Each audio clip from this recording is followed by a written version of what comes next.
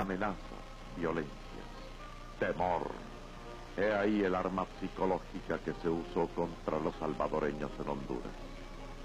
Toda documentación legal resultó inútil.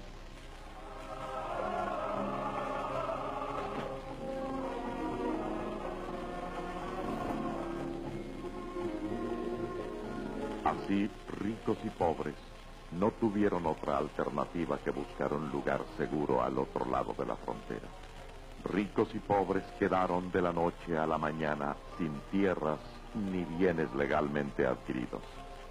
La historia da cuenta de que el gobierno de El Salvador pidió al de Honduras tomar medidas para contener la actitud hostil de las turbas, cuyos actos de violencia contra los nacionales de El Salvador ponían en peligro la paz de ambas naciones. La historia también da cuenta de que ante la fría indiferencia mostrada por Honduras, El Salvador convocó la presencia de la Organización de Estados Americanos, OEA, para que, entre otras cosas, se dedicara a, primero, investigar los saqueos, asesinatos y violaciones de los derechos humanos de los salvadoreños en Honduras por razones de nacionalidad. Segundo, investigar la falta de diligencia demostrada por el gobierno de Honduras en la protección de los salvadoreños. Tercero, investigar los hechos cometidos contra los salvadoreños que constituyen el delito internacional de genocidio. Y cuarto, investigar por todos los medios a su alcance los actos falsamente imputados a El Salvador por Honduras. Para entonces, El Salvador consideró que no tenía sentido continuar manteniendo relaciones diplomáticas con un país que respeta los tratados internacionales, al igual que los derechos humanos.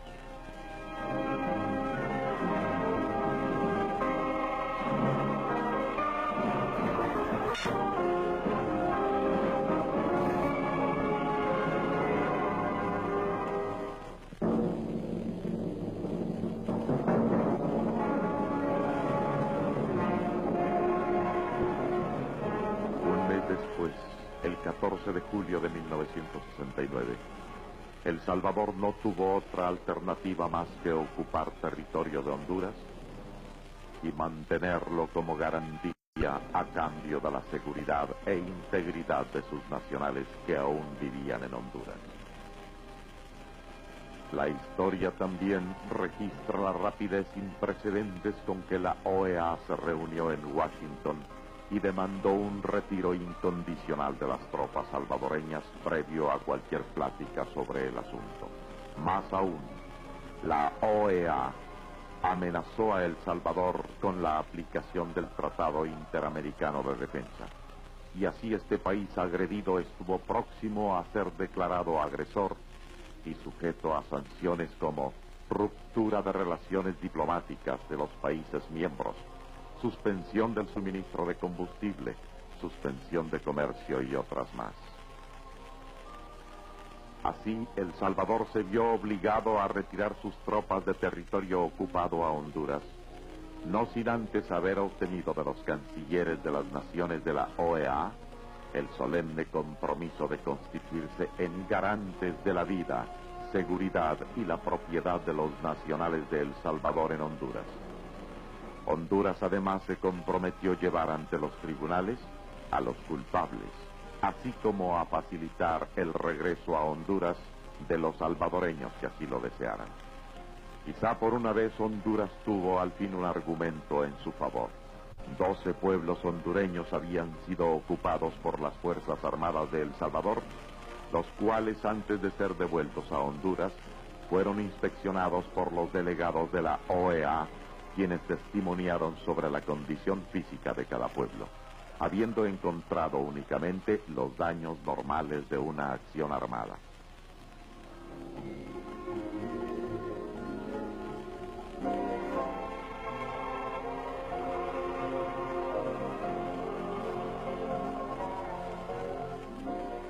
A pesar de la mediación de la OEA, el odio difundido por la radio y la prensa contra El Salvador y los salvadoreños continuó en Honduras.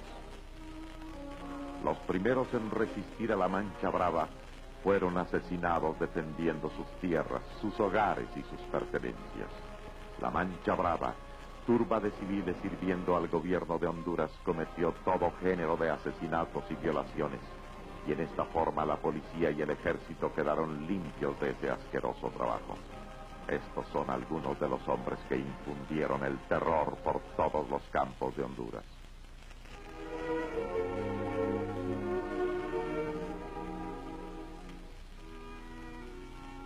Así pues, difícilmente puede alguien probar que estos salvadoreños, hombres, mujeres y niños, no han abandonado Honduras por su propia voluntad. Sí, su voluntad de salvar la vida.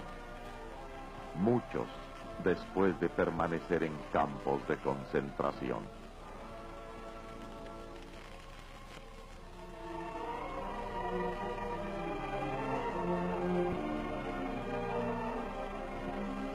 Ahora sabemos cómo todo ha pasado, pero nos inquieta saber por qué es que ha pasado. Una masa de gente forzada a abandonar sus hogares, sus tierras legalmente adquiridas y sus pertenencias, yendo en busca de un lugar seguro, inunda y sacude la estructura socioeconómica de El Salvador. Desafortunadamente, en este caso, un tratado interamericano de defensa se torna en arma de doble filo, cuando por un lado es instrumento a favor de la paz, y por el otro, un instrumento que favorece planes subversivos y que otorga inmunidad a un gobierno que irrespeta los acuerdos internacionales y atropella los derechos humanos.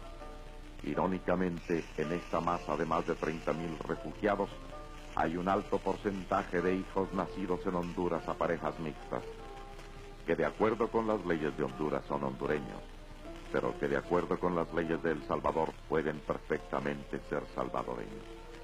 Trágica condición de estos seres a quienes se les niega el privilegio de vivir en la tierra donde por primera vez vieron la luz. El Salvador los recibe.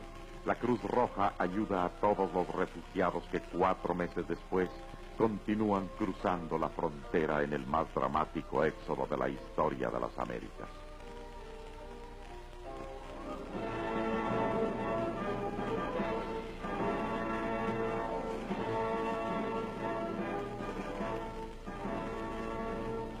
Asentar estas familias será en verdad una inmensa tarea, ya que muchas de ellas han perdido al jefe de familia.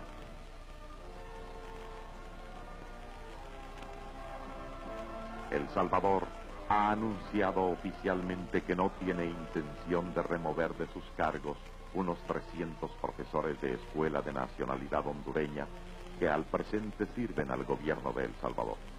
Más aún, los residentes hondureños en El Salvador no han sido objeto de ninguna clase de represalia.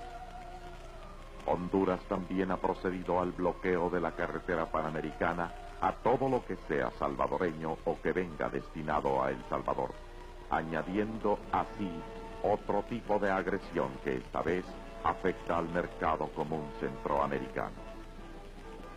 Los pueblos del mundo deberán comprender que los canales informativos internacionales han demostrado poco interés y ninguna comprensión a este profundo problema humano que al mismo tiempo ha estigmatizado con el burdo mote de la guerra del fútbol. Más de 30,000 seres humanos llenos de terror y en busca de un lugar seguro claman por alguna clase de derecho cuando una de las campañas oficiales más asquerosas y nocivas de nuestros tiempos les tilda de ladrones y prostitutas a la par que se ordena su expulsión de Honduras. La verdad es que estos seres humanos han sido forzados por motivos de su nacionalidad a abandonar todo ante la mirada fría e indiferente de un mundo mucho más interesado en las repercusiones del mercado común centroamericano que en los derechos humanos de sus moradores. Así van estos seres hacia un futuro incierto, sin percatarse de que mucho de ese futuro descansa en las manos de cancilleres y embajadores que hasta el momento no han puesto en esta causa, fuera de su interés político personal, la más mínima cantidad de espíritu humano. El sacrificio de estos seres humanos será una sombra en la conciencia de todos aquellos que creyeron sin dudar la falsedad y el odio difundido por la radio y la prensa de Honduras. El gobierno de El Salvador, respaldado por todas las fuerzas vivas de la nación, ha hecho lo que cualquier otra nación de la tierra habría hecho. Ha salido en defensa de los derechos humanos de su pueblo. Así, mientras estos seres claman por sus derechos, nosotros, puesta nuestra confianza en Dios, clamamos por la comprensión de nuestro drama.